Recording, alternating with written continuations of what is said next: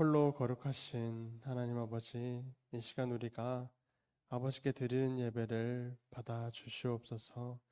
우리가 드릴 것은 진실된 마음뿐이었고 또 아버지께 바라옵기는 말씀을 통한 은혜를 내려 주시옵소서. 보내주신 성령께서 이 시간 각 사람의 마음을 만지사 뜨겁든지 차갑든지 하게 하시고 말씀으로써 이 시간 우리 안에 거하여 주시옵소서. 예수님의 이름으로 기도드립니다. 아멘. 요절 말씀 묵상하겠습니다. 여러분을 이기는 마음 자세 사명감으로 예레미야 1장 10절입니다. 보라, 내가 오늘 너를 여러 나라와 여러 왕국 위에 세워 내가 그것들을 뽑고 파괴하고 파멸하고 넘어뜨리며 건설하고 심게 하였느니라 하시니라. 아멘. 오늘 함께 나눌 말씀은 로마서 8장 12절로 17절 말씀입니다. 로마서 8장 12절로 17절 말씀입니다. 로마서 8장입니다. 로마서 8장 12절부터 17절. 제가 먼저 읽고 함께 교독하시도록 하겠습니다. 그러므로 형제들아, 우리가 빚진 자로 돼 육신에게 져서 육신대로 살 것이 아니니라.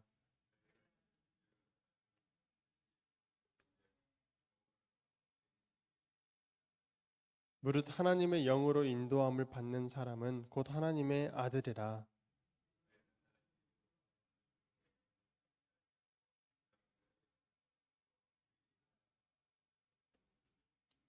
성령이 친히 우리의 영과 더불어 우리가 하나님의 자녀인 것을 증언하시나니, 자녀이면 또한 상속자 곧 하나님의 상속자요 그리스도와 함께한 상속자니, 우리가 그와 함께 영광을 받기 위하여 고난도 함께 받아야 할 것이니라.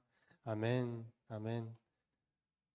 로마서 8장 굉장히 중요하다고 말씀드렸었습니다. 진정한 복음의 능력을 경험하는 것, 또 그 복음의 능력이란 성령으로 사람을 거듭나게 하시는 능력인 것입니다. 성령께서 우리 안에 거하시지 아니하면 우리는 구원받을 수 없습니다. 그렇기에 성령님의 역할이 굉장히 중요한 것입니다. 또 우리가 성령님의 역할에 대하여서 좁거나 혹은 작게 여기기도 합니다. 하지만 그분의 역할은 굉장히 크고도 강력합니다. 성령님께서는 우리 마음속에 죄를 깨닫게 하시고 그 죄를 통회하는 마음을 주심으로써 진정한 회개를 하게 하시고 또 구원으로 이끌어 가시고 우리로 하여금 말씀을 이해하고 또 순종하게 하시는 아주 큰 역할을 하고 계십니다. 이러한 성령께서 우리 안에 필수적으로 계셔야 한다는 것입니다.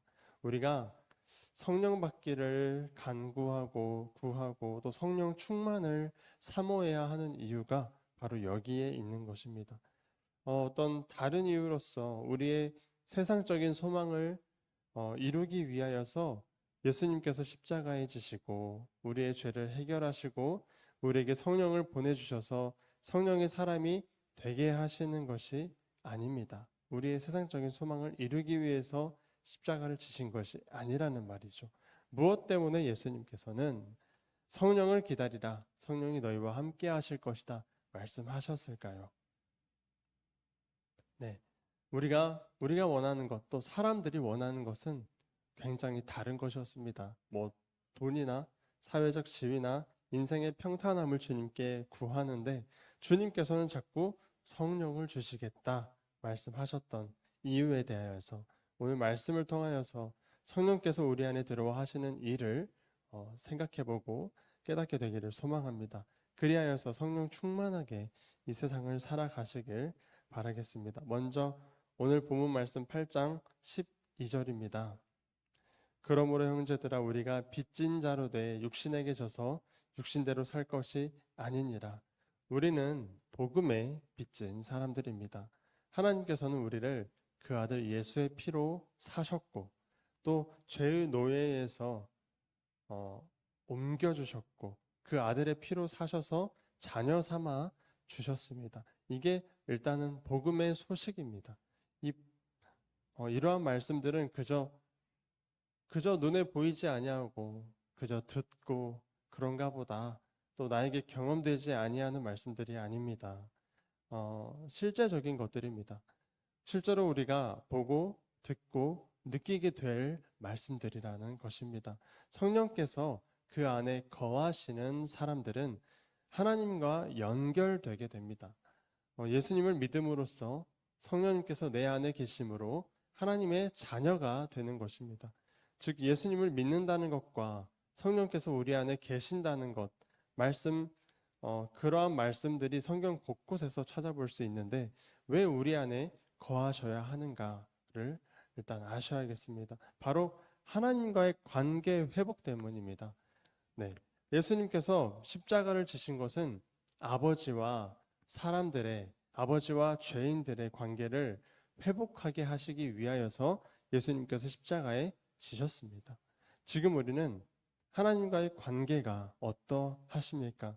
하나님께서 아버지와 자녀의 관계를 회복하시고자 지금 우리 앞에 찾아오신다 했을 때 우리는 무슨 말을 할 수 있겠습니까? 그것도 그 아들을 죽임으로써 그 아들의 피로 세운 아버지와 자녀의 관계를 다시 세우자 하고 지금 우리에게 찾아오신다 하셨을 때 우리의 관심은 어디 있었는지, 또 우리가 어떤 마음으로서 이 성경을 대하고 예수님을 대하고 있는지 돌아봐야 할 것입니다. 성령께서 계시지 아니하면 우리는 육신에게 져서 육신대로 살아가게 됩니다. 세상 것도 챙기면서 구원을 받는 방법은 성경은 말하고 있지 않습니다. 오히려 두 주인을 섬기지 못할 것을 두렵게 말씀을 하고 있죠.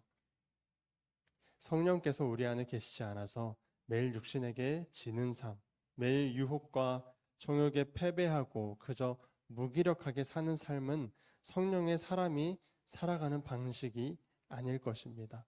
한 가지 예를 들어 이해를 돕기 위해서 한 가지 예를 들어 말씀드리자면 우리가 인터넷 사이트, 어떤 네이버나 다음 이러한 것들에 접속하기 위하여서는 아이디와 비밀번호가 필수적으로 필요합니다. 이 사이트를 하나님의 나라로 표현하자면 하나님의 나라에 들어가기 위해 필요한 아이디는 예수님인 것이고 비밀번호는 성령님이신 것입니다. 하나님의 나라에 접속되는 것, 하나님과 연결되는 것, 그러하기 위하여서는 예수님을 믿음으로써 성령님께서 내 안에 계시는 것이 필수적으로 필요하다는 것입니다. 그리하여 하나님과의 관계가 회복되는 것이 바로 구원인 것입니다. 우리로 하여금 하나님과의 관계가 회복되어 하나님께 아빠, 아버지라고 부르게 하기 위하여서 예수님께서는 십자가에 죽으신 것입니다. 그러나 우리는 그러하기 때문에 우리는 더욱더 하나님께 아버지라 부르며 달려가고 더 나아가 친밀하게 아빠라 부르면서 그 관계가 돈독해져 가야 할 것입니다. 이 구원에 관하여서 우리가 할 수 있는 일이 아무것도 없습니다. 창세 전에 하나님께서 계획하셨고 예수님의 피 뿌리심과 또 성령님의 거룩하게 하심, 이게 여기서 보시면 지금 아버지께서 계획하신 것과 그 아들의 피 뿌림과 또 성령님의 거룩하게 하심이란 성령님께서 우리로 하여금 말씀을 순종하게 하심으로 거룩한 사람으로 만들어 가시는 것을 말하고 있습니다. 우리는 그 세 분께서 하시는 그 사이에 낄 데가 없습니다. 우리가 스스로 갈 수 없는 길입니다. 그 길을 예수님과 함께 걸어가야 하는데 예수님께서 이 세상을 떠나시면서 나 대신 보혜사 성령을 보내주시겠다 말씀하셨습니다. 그분이 너희 안에 거하기만 하시면 죄에 대해서, 의에 대해서, 심판에 대해서 알게 될 것이라고 말씀하셨습니다. 그렇습니다. 성령께서 우리 안에 거하시지 않으면 우리가 죄인인 줄도 모르고 살아갑니다. 그러니까 성령께서 우리에게 오셔야 비로소 우리는 죄에 대하여 눈을 뜨게 됩니다. 우리는 원래 어둠이었기 때문에 어둠에 어둠을 더한들 그저 어둠일 뿐입니다. 죄에 죄를 더한들 그저 죄일 뿐이죠. 근데 빛이신 성령님께서 우리 안에 들어와 말씀으로 우리를 비추기 시작할 때 우리는 내가 어둠이었구나, 내가 흑암이었구나를 깨닫게 된다는 것입니다. 우리 안에 어둠을 발견하게 되고 우리 안에 그 어둠 또 그 깊은 곳에 있는 추악한 죄들을 발견하게 되는 것입니다. 그러하니 거듭난 사람들마다 똑같이 하는 이야기들이 있는데 바로 자기 자신을 죄인이라고 고백하는 것입니다. 죄인 중에 괴수라고 말하고 또 죄인들 중에서 내가 가장 끔찍한 죄인이라고 말하는 것입니다. 빛이 내 안에 들어오면 그러한 일들이 일어나게 된다는 것이죠. 오늘 13절에서는 육신대로 살면 반드시 죽을 것이라고 말씀합니다. 반드시 죽는다. 이 반드시라는 단어가 어떤 선악과를 먹으면 반드시 죽는다는 것과 겹쳐서 보이지 않으십니까? 하나님, 아담과 하와가 선악과를 따먹고 즉시로 육신이 죽진 않았습니다. 이 죽음은 하나님과의 관계가 끊어짐을 말하고 있었습니다. 육신대로 사는 것은 하나님과의 관계가 끊어져서 반드시 죽게 되는 길임을 한 번 더 바울은 말하고 있는 것이죠. 또한 선과 악을 판단하는 하나님의 자리에 올라서 너는 잘했고 너는 못했고 판단하는 모습은 반드시 죽을 모습인 것입니다. 성령께서는 우리 안에 들어오셔서 몸의 행실을 죽이십니다. 성경은 언제나 죽어야 살아나는 역사를 말하고 있습니다. 성령께서 우리 안에 들어오셔서 우리 죄를 깨닫게 하시면 내가 얼마나 추악한 존재인지를 알게 된다. 방금 말씀드렸습니다. 내가 죄인들 중에서도 가장 죄인이구나를 알게 된 사람이 누굴 판단하고 앉아 있겠습니까? 나보다 저 사람이 낫다 생각하고 있겠죠. 또한 하나님께서 나를 불쌍히 여겨주시길 기도하며 살겠죠. 판단하고 싸울 기력이 남아있지 않을 것입니다. 사랑하며 살라는 예수님의 말씀에 순종하는 것만이 유일한 삶의 목적이 되는 것입니다. 이러한 성령께서 우리 안에 들어오시는 경험을 통해 우린 하나님의 양자의 영을 받게 되는 것입니다.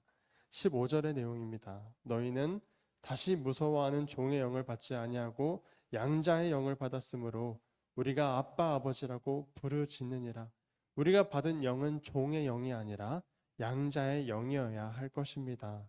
성령께서 오심으로 우린 하나님께 아빠 아버지라고 부르짖는 자녀들이 되어야 할 것입니다. 예수님께서 이 땅 가운데 오신 이유가 우리로 하여금 아빠 아버지라 부르게 하시려 오셨다 해도 과언이 아니라고 지금 오늘만 3번을 말씀드리고 있습니다. 하나님과 죄인의 관계를 회복시키기 위하여서, 하나님과 자녀의 관계를 회복시키기 위하여서 십자가를 지셨습니다. 성령께서 우리 안에 들어오신 것을 그리고 우리는 알아야 합니다. 확인이라도 해보셔야 한다고 성경에 나와 있습니다. 고린도후서 13장 5절의 말씀입니다. 너희는 믿음 안에 있는가 너희 자신을 시험하고 너희 자신을 확증하라. 예수 그리스도께서 너희 안에 계신 줄을 너희가 스스로 알지 못하느냐? 그렇지 않으면 너희는 버림받은 자니라. 우리 안에 예수 그리스도께서 계신 줄을 알지 못하시겠다면 부디 성령을 주시라고 구하고 찾고 두드리시길 바랍니다. 악한 아버지라도 자녀에게 좋은 것을 주실 줄 알거든 하물며 하늘 아버지께서 성령을 주시지 않겠느냐고 말씀하셨습니다. 이 바람, 성령이라고 하는 그 푸뉴마, 바람이 부는 것은 바람을 맞는 사람만 압니다. 성령이 계시는지는 성령을 받은 사람만 알게 되는 것입니다. 이어서 16절입니다.